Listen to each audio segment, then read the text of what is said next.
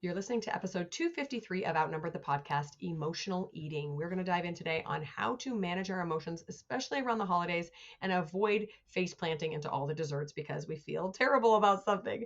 So we're going to share 4 tips today on avoiding emotional eating, including getting in tune with your body, evaluating the emotions that are likely going to come up for you in the holidays, acknowledging that certain foods feel better than others, and finally, being aware that negative emotions might cause us to react in other unhealthy ways as well. So let's get to it.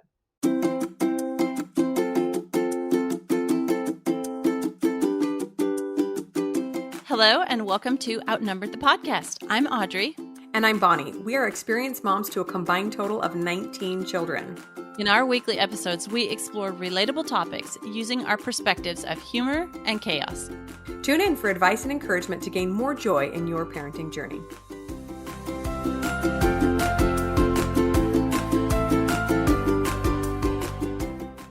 Hello, friends. Welcome back to the show. Today, we're going to be talking about emotional eating, which sounds like really heavy and emotional, but it won't be. It's going to be a fun discussion. And it's just in time for the holidays, right? Thanksgiving coming up and all of the junk food that comes at us during the holidays and all of the emotions that come at us. So it's going to be a good talk. Well, you know what they say. Desserts is just stressed, spelled backwards. Yeah, I love it. Oh my goodness. Hey, you guys, we were looking at our reviews and nobody's left us a review for way too long.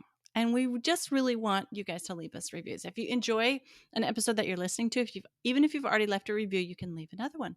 So we would super appreciate if you would leave us a review because we're feeling kind of lonely out here, not knowing if anybody listens. Just kidding. We know you're listening. We just want to hear what you have to say, your thoughts about what we're saying. Yes, thank you so much for that. I will say that when we record the podcast, we love chatting together, but it really is just like putting information out into the void and hoping people are listening. And we look at our stats as like, oh, look, yes, people listen, but never getting feedback is tricky because we don't know what people think. So we would love to hear from you guys. All right, so holidays are officially upon us, I guess, right before Thanksgiving, after Halloween, holiday season, and they're just notoriously filled with all kinds of food, but especially the kinds of food that we generally don't eat all the time and probably shouldn't eat all the time, right? The junky kind. Yes, some foods are labeled comfort food, and that's for a reason. But today we want to talk to you about how to avoid some of this emotional eating that can happen. And like most of us find out that we're making food decisions that we're not proud of during the holidays. Like either we gain weight or we lose weight or whatever's going on.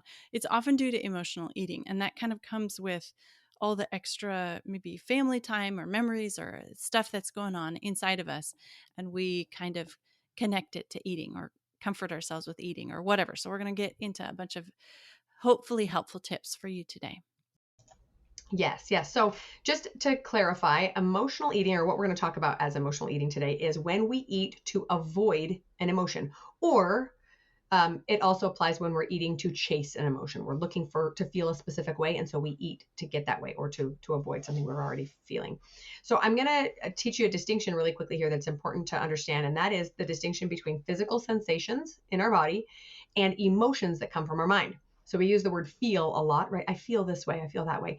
But we could feel hunger, which is in our body, and we can feel angry, which comes from thoughts in our mind. They're very different things, right? So it's important for us to understand what we're really feeling before we put food into our body. So when I am feeling depressed and I eat food out of depression, that is emotional eating, or I'm seeking to feel better from my depression. If I am feeling hunger, as in a hollowness in my stomach, growling, maybe a headache or whatever happens when I'm actually physically hungry, that is eating out of a physical necessity to eat. So I'm not saying we never, ever are allowed to eat emotionally, but we're going to try to lessen it during this holiday season so that we can stay in keeping with the kind of food habits we want. Okay, so we're constantly surrounded by food. We are very blessed not to be hungry or very hungry. Not even making food choices that are good choices or healthy choices. We're just surrounded by food. So it means we can get out of touch with our body's sensation like, oh, it's noon, it's time for lunch. But when is the last time you actually felt hungry? And so that is a physical sensation like you were talking about, is the feeling of, your stomach growling or cramping or whatever it does when you feel hungry. When is the last time you actually felt that, as opposed to just eating because it's a routine, or eating, like you said, to chase an emotion or to get rid of an emotion, responding to your physical needs instead of your emotional needs. Yes, and I'm glad you brought up how blessed we are, because I don't want to ignore the fact that this is not the case for everyone in the world or even in our country. That many people do struggle with malnutrition or a lack of food. But for many of us, the problem is the opposite. It's these massive quantities of food, very often low nutritional value, that we keep feeding ourselves in order to try to feel better, and we find ourselves malnourished ourselves, but overweight and with other health problems. So really tuning into your body is important. There's a few ways you can do this. So if you notice that it's been a while since you've actually felt hungry, one thing that I do regularly, and I actually do this for religious reasons, but I fast for just a few meals. So I allow myself a chance to kind of reset my body and remind myself what it feels like to be hungry, and to manage my body with my mind. Like, I hear you. I know you're hungry. We'll get there eventually, but right now you're just going to be uncomfortable for a while. Okay. So I'm not at all a fan of starving ourselves, but if we don't get in touch with that feeling, we run the risk of never actually truly fulfilling our body's needs and just always eating out of a chasing an emotion. Does that make sense? It does make sense. And have you ever noticed how good food tastes after you fast or after you skip a meal? I noticed it, like everything, like I don't only taste the food, but I taste like different aspects of the food, which kind of I've missed, if I've been not paying attention to my body's hunger signals. Yes. And I will also say that when I eat massive quantities of, I'll just say junk food, so highly processed food, I am a little bit more, I'm a little bit less likely to catch those nuances and really enjoy fresh, healthy food. I don't know if you've noticed that, right? You eat a bunch of cookies and cake and you don't really enjoy an apple or a vegetable. When we get back to those whole healthy foods, we're able to better really savor the little nuances of them, the little flavors, the crunch, anyway, that's just kind of a side note about getting back to healthy food if you have been eating a lot of junk. Okay, so tip number one to help us avoid emotional eating: get in tune with your body. Just pay attention to what your body is feeling, not up here. And this can be tricky because sometimes we get all mixed up. We think, oh no, but I'm hungry. And you think, but stop. Does it feel like actual hunger, or does it just feel like I could use something in my mouth? I can't tell you how many times I just went on a trip with some girlfriends. I can't tell you how many times we were like, is it time to eat? And we're like, I could eat, I could eat, I could eat. None of us were like ever hungry those entire 4 days because, why not? And we were just eating for fun. It was just a fun pastime, which we totally think is okay at times. Just during the holidays, especially, we tend to get a little overboard on that. So what does hunger feel like? When did you last feel it? Is it constant, or does it come in waves? This is something interesting. I notice mine comes in waves. Sometimes it's extreme, sometimes it goes away. And are there any emotions that come with it? So sometimes when I'm hungry, I get irritated. Like my mind is telling me I shouldn't be hungry or I need food. I get irritated or frustrated, or any number of emotions come along with that physical hunger. So interesting. And I think there's actually a term for that, hangry. You're not hungry, you're hangry. Been there for sure. Okay, so how I tune into my body's needs. The first thing I do when I'm thinking about food is I'll take a drink of water. Like, is it actually thirst? And that is, I think, a diet tip that I saw or something somewhere, or a health nutrition tip. Like, when you first start thinking about food, drink water first, because oftentimes your body actually just needs some water. So you drink some water. It's like cleansing the palate, or it's like just retuning your body, like a refresh. Is it actually hunger, or was I just thirsty? Then another thing I'll do is like if it's the middle of the afternoon and it's not really a mealtime and I'm thinking about food or wanting a little snacky something, I'll just have like a piece of gum. Side note, my dentist told me that something I could do to help my teeth and my mouth pH was to chew xylitol gum. I'll link the stuff that he recommended in the show notes. So I'm like feeling like I'm doing a healthy thing when I just, pop in a little piece of this xylitol gum. But it's like, and that kind of, makes me chew and swallow, and which is some of the signals that are sent to your brain that you're eating, is the chewing and the swallowing. And so sometimes gum will just like offset that. And I'll be like, oh yeah, I wasn't really hungry. And this is just kind of making my body think I had a little something, and we're good to go for a while. Plus it's supposed to define your jawline, chewing gum, right? So like all these good things. Ooh, yeah, put that in the show notes. I think we all need that. That's fun. No, I mean gum chewing in general. Oh, gum chewing. Okay, we Oh. don't need that one. Okay, chew anything. Sounds Mm. good. Okay, so here's a tricky thing about listening to your body though. It can get a little confused. The first thing I want to mention is if you are used to eating way more food than you need, your body will be hungry when you stop emotionally eating. So you're thinking, well, I'm hungry, I should keep eating, but you were actually eating too much, right? Does that make sense? So especially if you are overweight, your stomach can get distended. That's why there's bariatric surgery, right? They actually take away a portion of the stomach to shrink it and make it so that you don't overeat and continue gaining weight, right? So just be aware that if you have kind of abused this in the past, your body might not give you true signals and you might need to deal with some of that discomfort as you kind of retune into what your body really needs. The other thing I want to mention here is that addictions can also cause physical urges that are not good for you, right? So if you've ever been addicted to a substance like alcohol or tobacco or something, you know that it's a very real physical need to have that substance that your body does not need.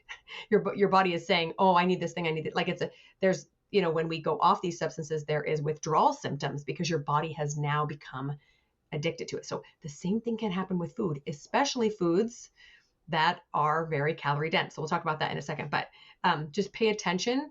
Like if your body's giving you a signal that doesn't make sense, like I just ate a meal and it's telling me I'm still hungry or I need the sugar or something, you might just be dealing with a little bit of an addiction. Tip number 2, evaluate the emotions that are likely going to come up soon for you during this holiday season and how you'll handle them. So, this is something that's pretty hard to do, like to think about what is hard for you to think about or the emotions, what you're going to be thinking about that's going to cause unpleasant emotions, and what you could do instead, what you could think about instead, or how you can resolve those ahead of time without turning to food. Yes, this is just, and in fact, this is something I recommend to anyone who is heading into a season of life that they know is going to be difficult, like extended relatives around that you don't love, is to just kind of anticipate the emotions that are going to come up for you. Okay, so last Christmas when Uncle so and so showed up and said some rude things, what did I feel? What did I think? Right, to think ahead of those and prepare yourself for that. So we know that the holidays are full of emotion. A lot of it is good and a lot of it is not so good. As far as the negative feelings go, I know stress comes up for me, anxiety or worry that things aren't going to work out the way I'd like them to, money problems if you're spending on gifts and things, relationship issues, you're seeing probably family members that you haven't seen in a while or not seeing family members you would like to. So there's like missing them or sorrow there, worries about travel and expenses there, and just, innumerable frustrations that can come up around all this busy time. So just think about what usually gets you at this time and prepare for it so you don't soothe yourself with food. Okay, so make a plan on how to feel and process those emotions. You know they're going to come up. So, what can you do that's not heading for the nearest plate of cookies to soothe yourself, right? So, I actually want to acknowledge here that I don't have a problem with emotional eating. I actually have a problem with the other way. I have an emotional not eating problem where if I get stressed, it's like my throat actually closes up and I couldn't swallow if I tried. And when I try to explain this to people, they're like, oh, must be nice. But it's actually not nice because then I'm having to deal with all these things that come up like during a holiday season, and I'm not well nourished going into it. So like I'll get worn down, like is very easy to do through a holiday season or through an intense time, and I don't have food helping me out because I just like I can't eat no matter what. So I have to also think about how I'm going to process these thoughts and emotions so that I don't stop eating. and and then put myself in an even worse position. So sometimes I find like, okay, I could drink a cup of tea because I can usually, if drinking something warm and comforting will kind of settle me, and drinking a cup of tea isn't going to add. There's going to be a little bit of nutrients in it. Or if you're an emotional eater, it's going to like soothe a little bit. The warmth of it will be soothing. And then like get myself into a better headspace through just slowing down with a cup of tea to be able to maybe slow down enough to think through some of these emotions or why am I not eating? So you could do the same thing, like have a cup of tea and think about why you want to go for that plate of Christmas cookies. Yes, I'm glad you added that. And in reality, there's not too much different from, the danger that comes from overeating sugar and garbage for months and not eating enough. The only real difference is that, not eating enough will probably land you in the hospital quicker than the cookies. But either way, you're being malnourished, not taking care of your body, and not being able to healthily approach these negative emotions that are coming up for you. So great tip. All right, tip number 3. Let's just acknowledge here that food feels good, and that specific foods in particular trick your brain into thinking they're good for you. There's a reason why we love sweets. And also, can you tell that my addiction of choice is why I always bring up sugar, or comfort foods, potatoes and meats and things that have a lot of calories. They tell our brain that they will help us survive. And sometimes that's good, like in the form of, a starchy vegetable or something. Sometimes that's not so good when it's, a bucket of ice cream. No, that's true. Foods actually elicit a dopamine response. Like high calorie foods, like high in sugar, salt, flour, they tell your brain they'll keep you alive for longer. They'll make you even feel even better.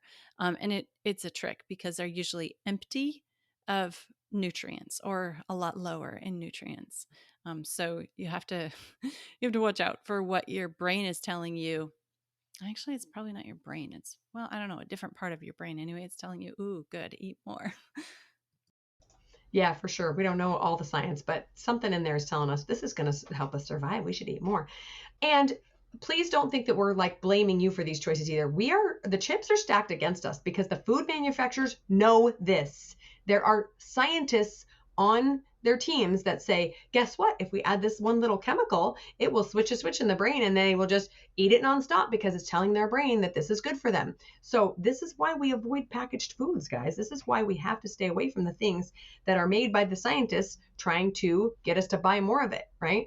Because they know exactly what it does to our brain. It's manufactured specifically for that, to get more money in their pockets. It's sad, but that is true. So I personally choose most of the time to just not keep these types of foods in my house because I'm just human and there's only so much willpower I have, especially when I'm facing negative emotions. And if someone makes a pan of brownies and I'm dealing with those emotions, I will try to give them away before I face plant in the pan of brownies because they just taste so good, right? And they give me that dopamine hit so I can move through the negative emotion. If I give it away, then guess what? I have to feel the emotion and process it, which is the whole point of having emotion. We have to feel it to move through it and to release it. But always eating the brownies is going to cause a whole lot of problems. You realize you said the chips are stacked against us. That's why I've been chuckling this whole time. The chips, the brownies, the crackers, the cookies, they're all stacked against us. All of them. Hot cocoa, pumpkin spice lattes, you name it. It's all stacked against pumpkin us. Spice. Yes, all the pumpkin spice things. Oh my goodness. Okay, tip number 4. Be aware that negative emotions might cause you to react in other unhealthy ways around food and substances. So this is kind of my experience with this is the non-eating that I've talked to you about. So like I guess I first came to the awareness that I had this whole non-eating thing after my dad died in a car accident and I was dealing with a lot of grief and I just had a baby and I got down to like skeletal amounts of body fat on myself because I just couldn't eat. And it was really hard to come to the awareness that this was something that I was doing to myself. My brain was doing to me because I don't know, like if it's a reverse wiring or something, like this food is going to kill you sort of thought, which is like completely backward wiring. Like those light switches you go into a house and you flip it up and the light turns off. It's like my brain or something. I don't know. But it's just be aware that there's other unhealthy things that can happen around food and substances. So it's not only, I mean, you might think, oh, hey, I'm doing good. I'm not emotionally eating, but there's other things that can happen too, ways that we try to avoid processing emotions that we're feeling. Yeah, and I know we've talked in other episodes of different activities that we do to avoid those emotions, right? Like scrolling social media or getting on Netflix or sleeping excessively. I don't think that's any mom's problem, but anyway, if I could do that, maybe I would. But there's, lots of substances like we already talked about. Alcohol, tobacco, caffeine, all those things give us a little jolt of something that makes it easier to withstand those negative emotions. So it's not in your imagination. It is a hard thing. Your brain comes to rely on these substances to make it through a tough day. And if there is a substance or a food that you find yourself not being able to go without, it's a some sort of an addiction for your brain. Your brain is craving that coffee, that drink, that food, whatever it is, to just survive the day because you don't know how to process those emotions. And sometimes it is like actual physical exhaustion. We should be sleeping more, and so instead we go and have a bunch of caffeine. But I just this is our reminder to just tap into what our bodies truly need. And when we give it what it truly needs, actual nutrition, actual vitamins and minerals, we're actually, and sleep, of course, we're actually better able to cope with those negative emotions that come, right? Every time I think all I need is some chocolate to get through this day, well, yeah, it tastes good, but is it really giving my body what it needs to show up for me and my family over and over, even as hard things come in? Yeah, I have talking a little bit more about this emotional non-eating. I have some kids who have this as well. So maybe it's a little bit of genetic to it, or maybe it's a learned behavior from watching me. But I'll try to help. Like, I know I recognize this in myself, so I see it in them, so then can try to help them with it a little bit. And so I will like maybe say, "Hey, let's have a cup of tea," and start there, like to help them out with that. I also have watched others go through emotional eating, and I don't like, I love all these tips that we're sharing, but I know that I have observed that there's also this almost like looping, like they eat because they're feeling this or avoiding feeling this emotion. And then they beat themselves up because they did the emotional eating, and then they're avoiding feeling that emotion. So then they're eating to avoid that emotion or to soothe themselves from that emotion. It seems like there's this whole loop thing. So if you can just, I don't know, maybe some of these tips to break it somewhere, or to at least stop the part where you beat yourself up over it. Because it's like, it's natural. It's why, I mean, it's why there's so much comfort food packed into this time of year, the pumpkin pies and the mashed potatoes and all the, it's supposed to be this warm, friendly, happy, good feeling, comfortable family, all this stuff going on. But for some people, it's just not. And so food has such a big connection with this time of year. Like, just start, maybe even thinking about it will help try to start breaking that cycle somehow. Yeah, that's exactly what I was going to say is when we start to make changes to how we're eating, it brings up a lot of garbage, a lot of emotions. This is what life coaches and therapists are for, right? It's like to work through some of this garbage that comes up for us. It's like, oh, and I did it again. And then, like you say, the loop. But just awareness is huge. When I was just able to step back and go, oh my gosh, sometimes I just eat for the feeling of it, not the physical feeling, this emotional feeling. Sometimes I just go eat, like ice cream is one for me. I'm actually not a huge fan of ice cream, but I eat it socially. My friends go out, I eat it because I want to feel like I belong. I want to feel like I'm at the party. I want to feel like, you know, so interesting that it's not actually something that I really want so bad. It's something that it's a feeling that I'm chasing. So just that awareness has been huge for me. Do I still eat ice cream? Yes, I do, because it's hard to cut out. But I acknowledge that sometimes I just do it to feel a certain way. So maybe this holiday season, all you're going to do is just pay attention. Just pay attention. Like, interesting, did I eat that pie because I really wanted it? Because, obviously you're not eating pie because you're hungry. You're eating it because you really want it. Or were you eating it because did you finish off the pie after you brought it home because your Aunt Margaret said something nasty to you and you're trying to process it? I actually have an Aunt Margaret. That wasn't intended at you, Margaret. You're wonderful. But in case she's listening, but just process those emotions. Are the emotions driving the food, or can I keep them separate? One other thought for me is that it isn't necessary to eliminate all emotional eating. I don't think that is even, I mean, and what I mean by, like, sometimes we're going to eat things because we're experiencing something. We're at a party, we're at a birthday, we want to have an experience that doesn't necessarily just fulfill a hunger need, but to keep that within some guidelines so that we still stay healthy. Absolutely. There's some experiences, events that are all about the food. That's why we're doing them, right?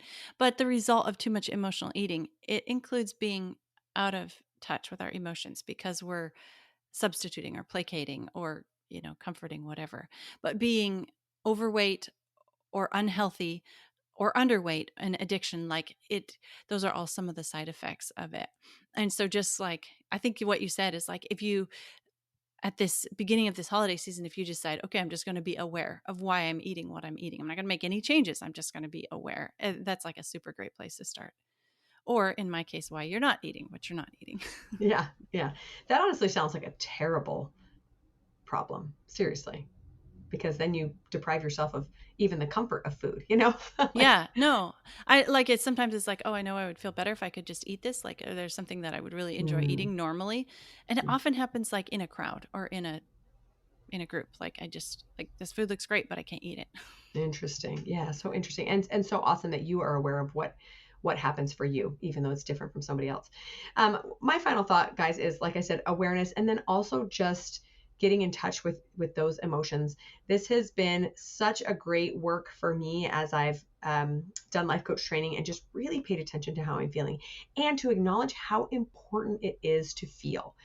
Um, we don't talk about that a lot. If anything, we shove our feelings under the rug because it's not professional or it's not manly or it's not responsible to cry a bunch or to whatever, feel frustrated, feel angry. But our emotions are there for a reason. They're trying to communicate something. And so if we continue to ignore them, then like you said, Audrey, there's all these side effects of being unhealthy because we're going to an addictive substance, or I've also seen addictive behaviors happen to people who do not process their emotions in a healthy way, not just food and substances, but other things as well. So just acknowledge that you have feelings. You are required to feel them, or else they will go someplace and hide and, you know, jump out and attack you when you least expect them. And just work on that. Right now I feel angry and I'm not going to eat chocolate and I'm not going to try to feel better. I'm just going to allow myself to feel angry and allow that and see what comes up for me. Okay, I have some final thoughts too, but I wanted to share something that I couldn't remember earlier. Some of friends and I were talking about this earlier, about how when you go from nursing a child to not nursing a child, how the amount that you eat changes. And if you don't pay attention, like I could eat an entire rack of ribs by myself when I was nursing, especially if I was nursing one of my boys. Yum. No joking. Like I'd go to a restaurant and I'd order one and the waiter would be like, "Ma'am, this is an entire rack." And I'd be like, "Bring it on." Because of nursing. But now like I like 2 or 3 ribs like fills me up. So if you're not aware of that, like I find myself now saying like, oh, I almost wish I was nursing again so I could eat this because it's so good. Like I could eat more of it, but I can't because I'm not nursing. So just be aware of, as moms, there's things that happen to us that cause us to be able to eat less or more, and just make sure it's not an emotional thing, but make sure it's, these life things happening to us.